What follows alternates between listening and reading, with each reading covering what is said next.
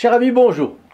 Dans le dialogue du Padre Pio avec Sainte Thérèse de Lisieux, nous avons vu comment le Capucin a fidèlement suivi la petite voie de l'enfance spirituelle ouverte par la Carmélite et comment il est crucial de faire connaître cette voie à une époque où, tentées par le diable comme jamais, les âmes sont souvent désemparées. Elles ne se sentent pas la force de l'héroïsme, mais d'un autre côté, elles savent que si elles ne luttent pas, elles vont vite glisser dans la plus complète des apostasies.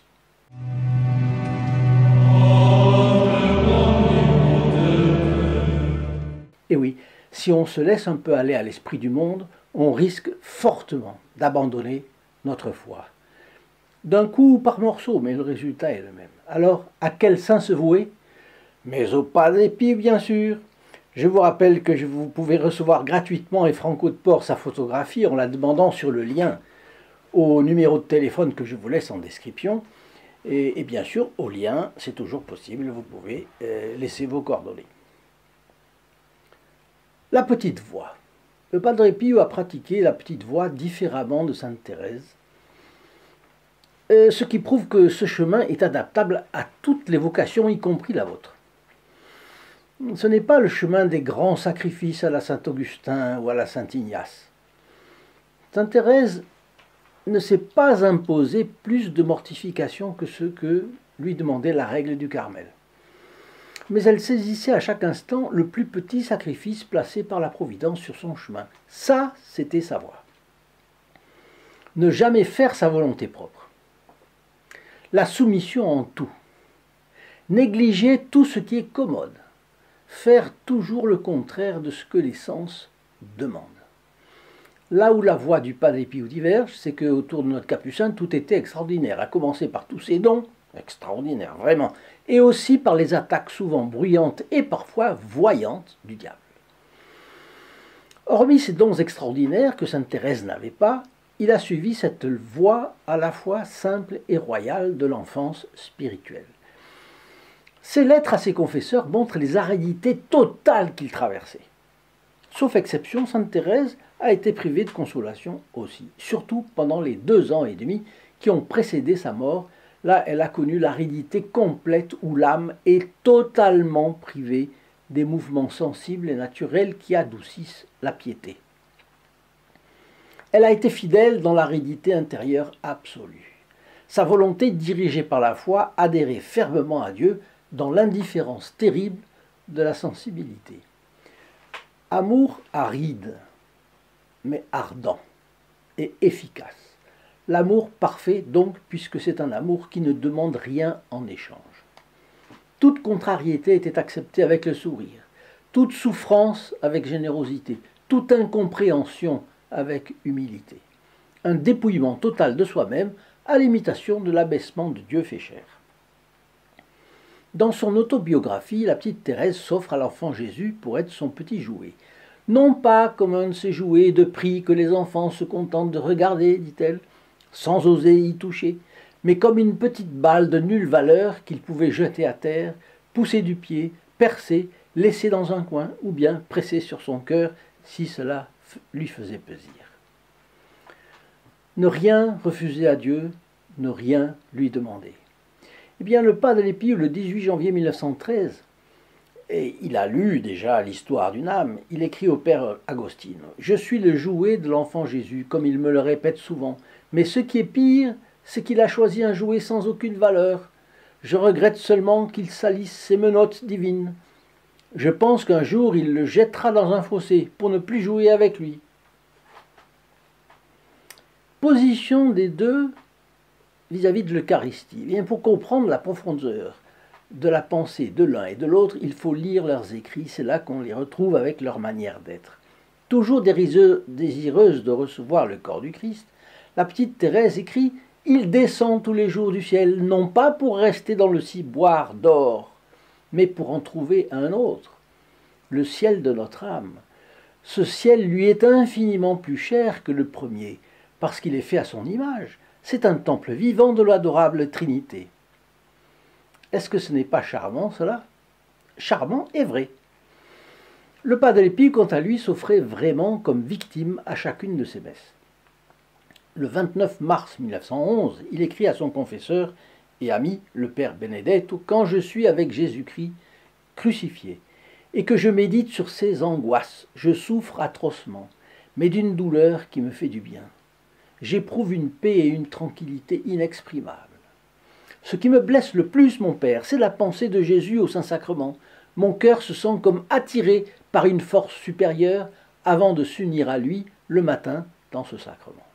Avant de le recevoir, j'en ai une telle faim et une telle soif que peu s'en faut, que je ne meurs d'inanition. Après l'avoir reçu, cette faim et cette soif, au lieu de s'apaiser, augmentent encore davantage.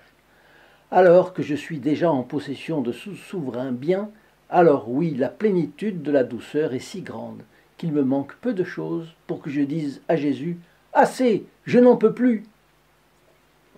J'oublie presque que je suis au monde. L'esprit et le cœur ne désirent plus rien. Et voyons maintenant l'abandon. Dans la nuit obscure de l'esprit, Padre Pio est guidé par son directeur spirituel qui le pousse à imiter Sainte Thérèse, dans sa capacité à s'abandonner, à se fier aveuglément à l'amour de Dieu. Le Père Agostine encourage le Padre Pio à la confiance en l'invitant à réfléchir à une des phrases que Sainte Thérèse empruntait elle-même à Saint Jean de la Croix. À la fin de notre vie, nous serons jugés sur l'amour. Le Père Agostine lui écrit, le 13 octobre 1915, au Padre Pio, « Offrons-nous en victime pour tous les pécheurs. Grâce au sacrifice des âmes qui lui sont consacrées, Jésus en sauve un grand nombre, un très grand nombre même. Tu es au nombre de ces âmes victimes, par conséquent, prie et pleure. Jésus te donnera encore d'autres âmes, et ton cœur en sera consolé. Tâche encore d'apaiser tes angoisses en t'abreuvant à la fontaine de l'amour divin. Tu dois les apaiser par la foi, la confiance, l'humilité et la soumission à la volonté de Dieu. La vénérable sœur Thérèse de l'Enfant Jésus disait « Je suis une petite âme, je ne veux décider ni de mourir ni de vivre, mais que Jésus fasse de moi ce qu'il veut. » Le Père Agostine se réfère à un texte de Sainte Thérèse qu'il a indiqué au Padre Pio et qui disait la chose suivante. « Jamais je n'ai demandé au bon Dieu de mourir jeune, il est vrai que j'ai toujours espéré que c'est là sa volonté. Je ne me réjouis de la mort qu'en tant qu'elle est l'expression de la volonté de Dieu, pour moi. Je ne désire pas plus mourir que vivre. Par sentiment naturel, je préférerais la mort, mais si je devais choisir, je ne choisirais rien.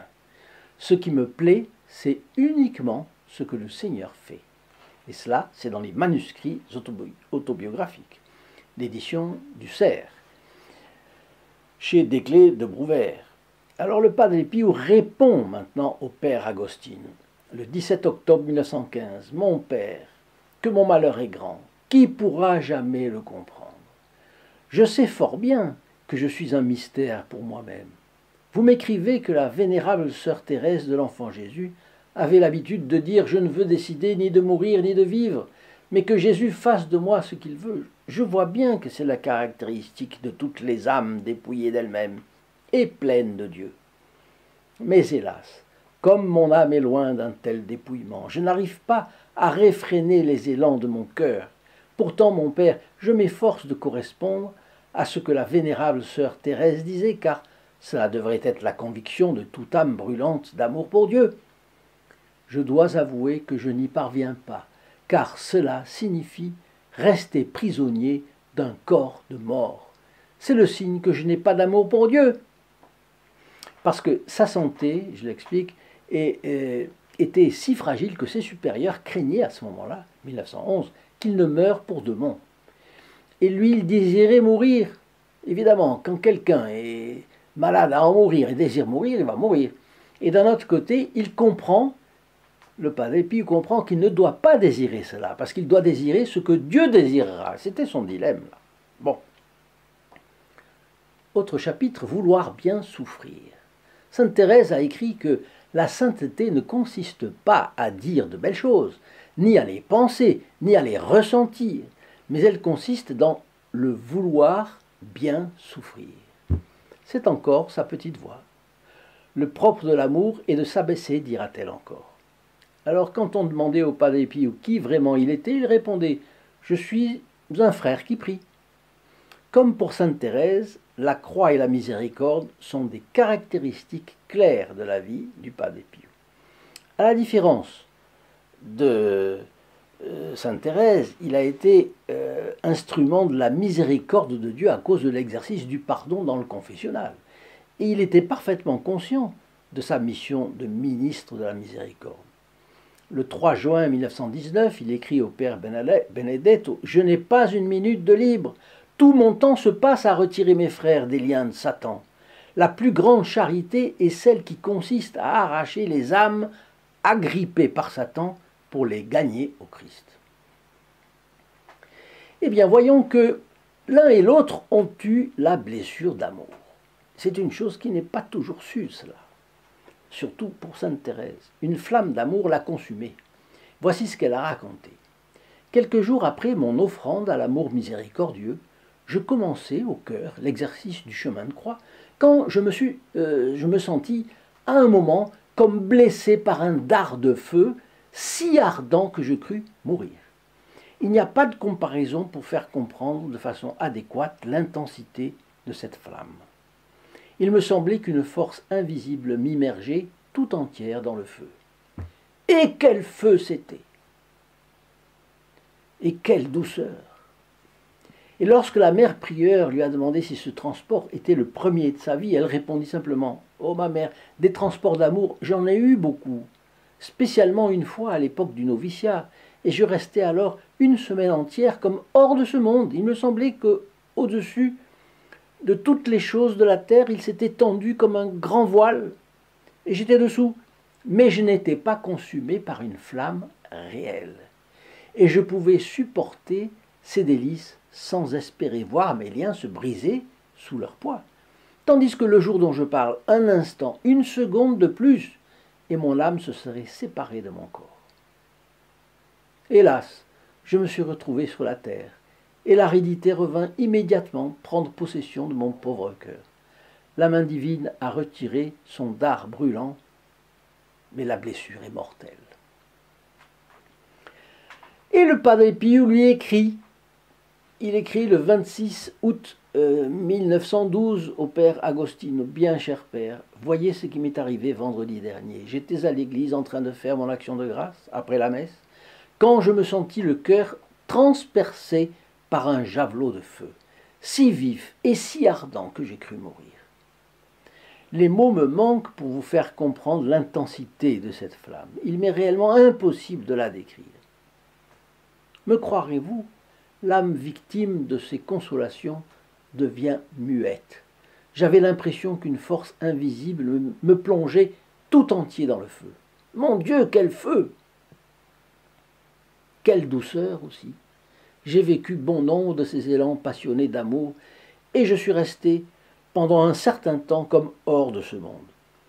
Les autres fois, ce feu a été moins intense, mais cette fois-ci, un instant, une seconde de plus, et mon âme se serait séparée de mon corps. Elle serait partie avec Jésus. Oh, qu'il est beau de devenir victime d'amour. Et maintenant, à présent, Dieu a retiré son javelot de feu, mais la blessure est mortelle. Vous voyez la similitude entre le texte de sainte Thérèse et le texte du Padre Pio. C'est incroyable. Et maintenant, la nuit obscure de la foi. Le Padre Pio écrit ceci au Père Agostine, le 17 mars 1916. « Ma foi ne tient qu'à un effort de ma pauvre volonté contre toute conviction humaine. Elle est le fruit d'efforts continuels sur moi-même. Et ce n'est pas l'affaire de quelques fois par jour. Non, c'est permanent. Si j'agissais autrement, je ne pourrais m'empêcher de devenir infidèle à mon Dieu. La nuit devient de plus en plus obscure, et je ne sais ce que le Seigneur me réserve encore. Quand donc viendra le moment où les brumes de mon âme disparaîtront? » La réponse aux angoisses du Padre Pio était toute prête dans l'histoire d'une âme au chapitre 10. Le Père Agostine la connaissait bien, et donc il l'a retranscrit pour le Padre Pio en la lui traduisant en français, du français à l'italien, dans une lettre datée du 22 mars 1916. L'histoire de toutes les âmes qui appartiennent à Jésus contient des pages douloureuses, étonnantes, de nuits profondes.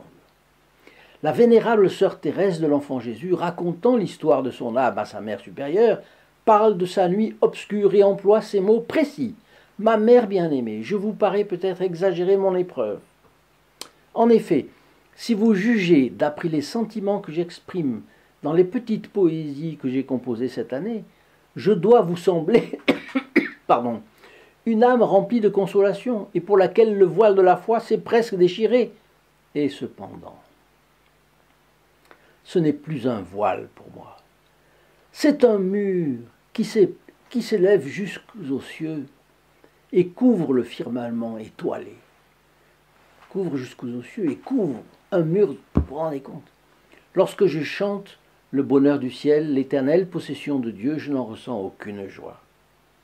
Car je chante simplement ce que je veux croire. Ô ma mère, jamais je n'ai si bien senti combien le Seigneur est doux et miséricordieux. Il ne m'a envoyé cette épreuve qu'au moment où j'ai eu la force de la supporter. Plutôt, je crois bien qu'elle m'aurait plongé dans le découragement.